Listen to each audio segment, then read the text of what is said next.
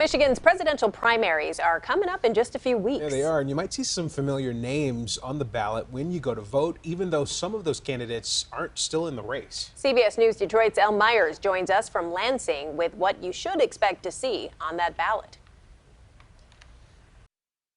Well, there's really only one thing on the ballot. It's just the presidential primary. So in the Democratic ticket, there are 3 different candidates, or uncommitted, or a write-in.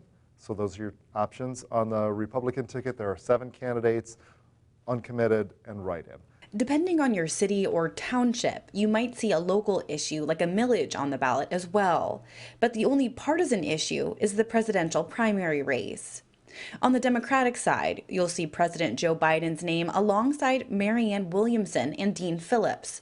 On the Republican side, you'll find Chris Christie, Vivek Ramaswamy, and Ron DeSantis still listed on the ballot among others who have already dropped out of the race.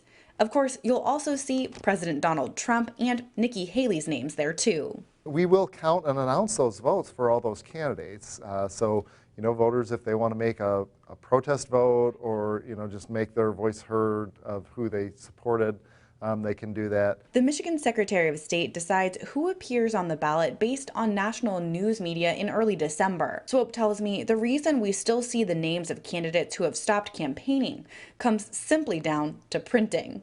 These ballots are printed. We can't reprint every time a candidate drops out.